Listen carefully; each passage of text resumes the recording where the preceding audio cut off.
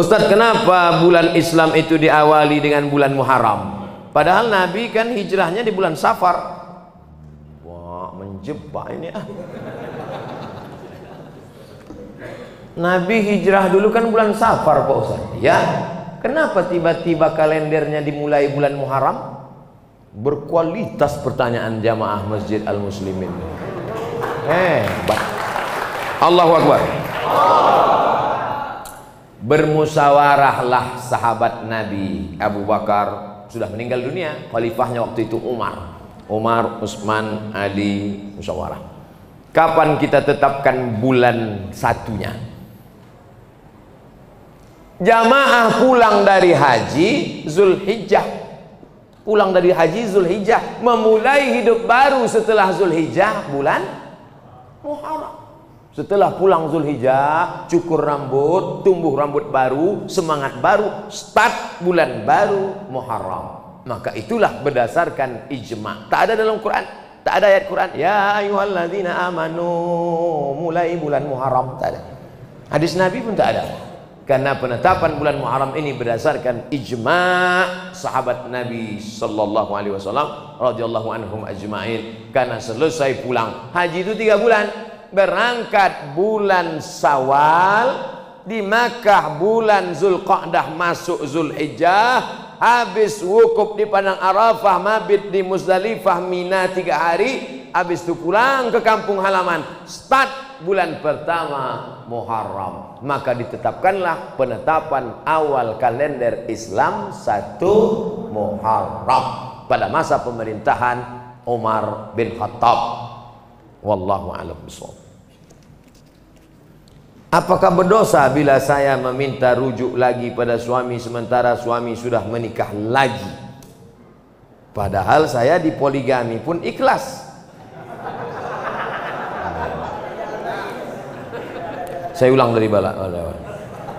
Apakah berdosa bila saya meminta rujuk lagi? Rupanya bapak ini diceraikannya istrinya.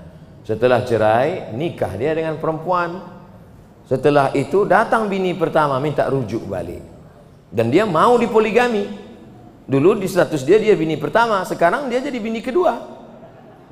Saya dipoligami pun ikhlas. Tak ada masalah kalau gitu. Di mana letak masalahnya? Istri dia tak mau. Oh, macam sinetron kurasa.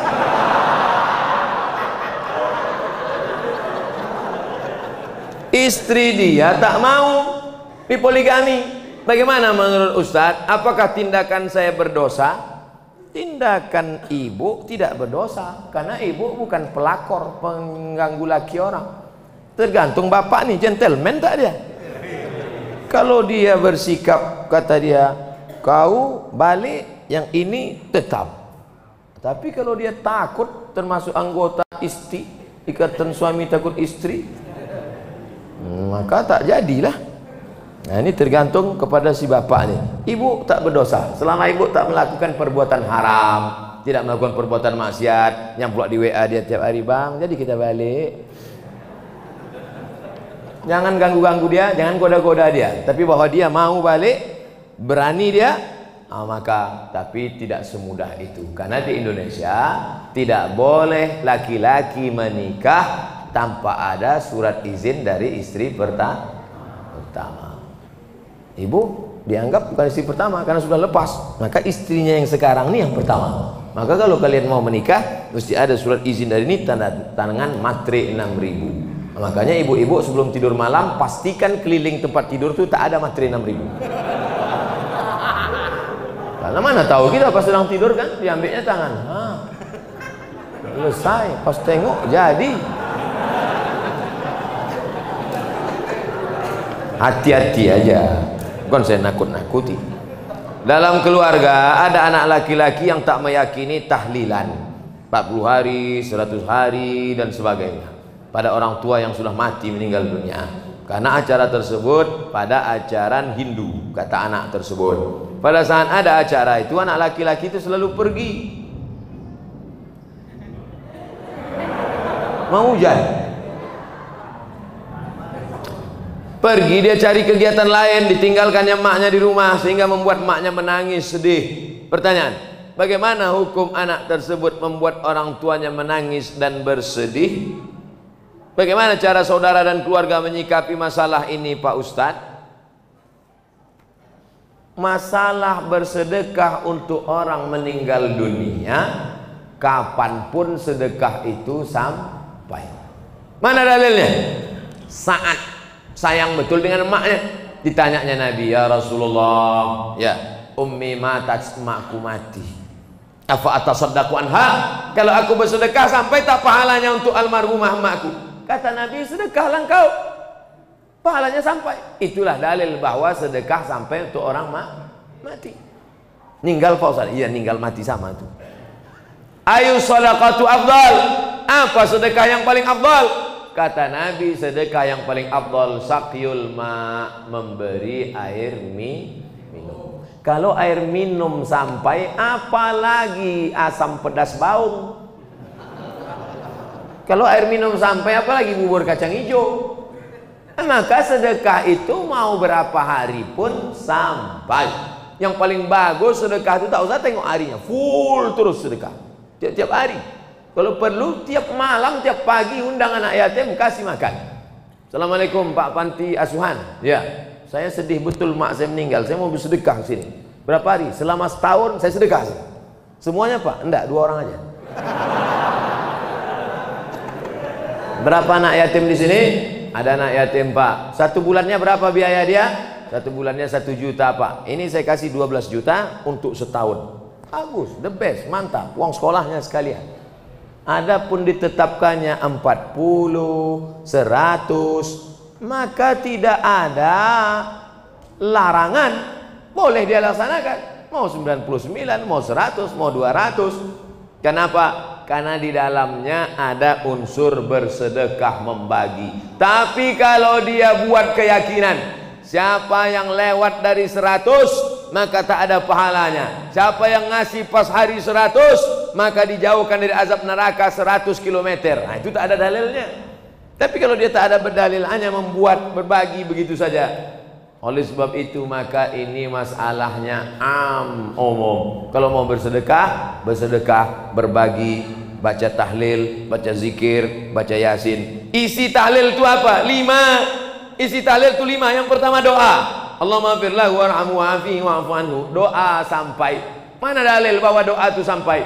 Kalau lewat di kuburan, mulut jangan diam saja. Lewat di kubur baca doa.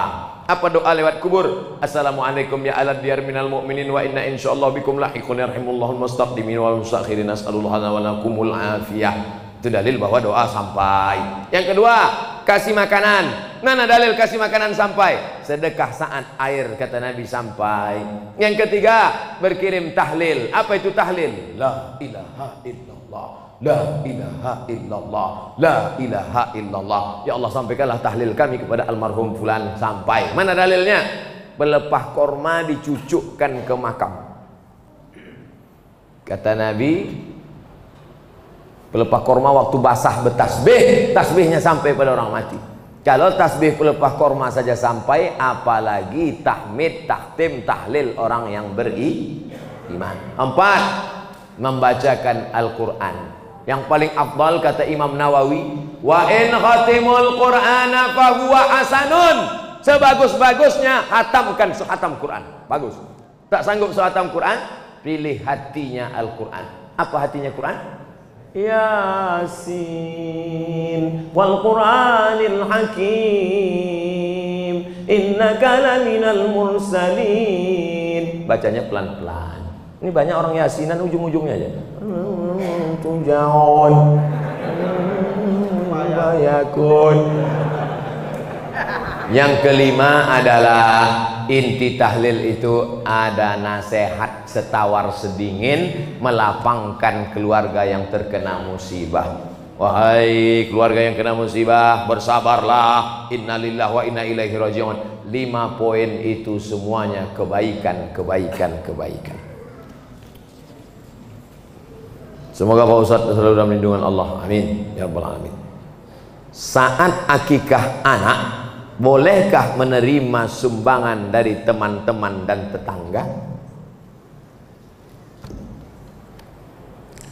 Kullu mauludin aqiqatihi, setiap anak yang lahir tergadai dengan akikahnya. Tulbahu anhu yauma sabihi, hari ketujuh sembelihkan kambing. Yuhlaqu, cukurkan rambutnya. Wa yusamma, kasih nama yang baik-baik, yang bagus-bagus, karena nama adalah doa.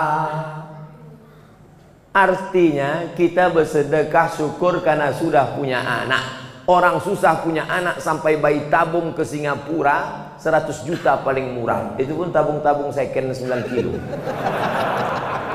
Ini Allah minta anak cuman 1 kambing. Berapa harga kambing sekarang? 1 juta, 2 juta. 2 juta setengah udah kambing kelas VVIP udah itu dah. Cuman seekor kambing diminta untuk anak perempuan. 2 ekor anak laki-laki 5 juta. Sudahlah murah 5 juta pun ada juga pikiran bisnis di kepala. Nah, ini kalau ku kasih 5 juta bisa balik 15 ini. La ilaha illallah Muhammadur Rasulullah. Makanya waktu anak saya lahir tak saya undang jamaah. Karena kalau saya undang jamaah nanti dia pasti bawa kado ngasih itu ini. Dia potong aja kambing, undang tetangga-tetangga dekat rumah, makan, habiskan semua, bantai, selesai. Karena kalau diundang orang marhaban itu ini datang dia, mau kita tolak banyak pula duit itu kan. Oleh sebab itu maka kita pahami bahwa akikah ini mengasih, bukan menarik. Jangan jadikan akikah sebagai ajang tarik-tarikan arisan. Harus kita pahami dengan baik bahwa akikah ini adalah syukur kita kepada Allah. Tak ada duit hari ke-7, hari ke-14. Tak ada duit hari ke-14, hari ke-21. Tak ada duit hari 21, tak usah tengok kalender lagi setahun, 2 tahun, 5 tahun, 10 tahun, 10 tahun. Kalau ada anak bapak yang belum akikah kemarin, sekarang umurnya udah semester berapa? Udah semester 5, umur 20 tahun. Nah, sekarang diakikahkan, tak apa-apa. Besok pagi akikah. Insya Allah masih sempat saya datang. Tapi akikah saja, jangan pula diayun pakai marhaban. Marhaba ayyanun. Anak semester 5 itu duduk. Tak cukur pula tuh pakai kelapa muda. Banyak orang kita ini yang udah lalu-lalu dibuatnya ulang balik. Akikah sedekahnya aja, rambut usah cukur lagi. Nama itu aja lah, jangan nama lagi.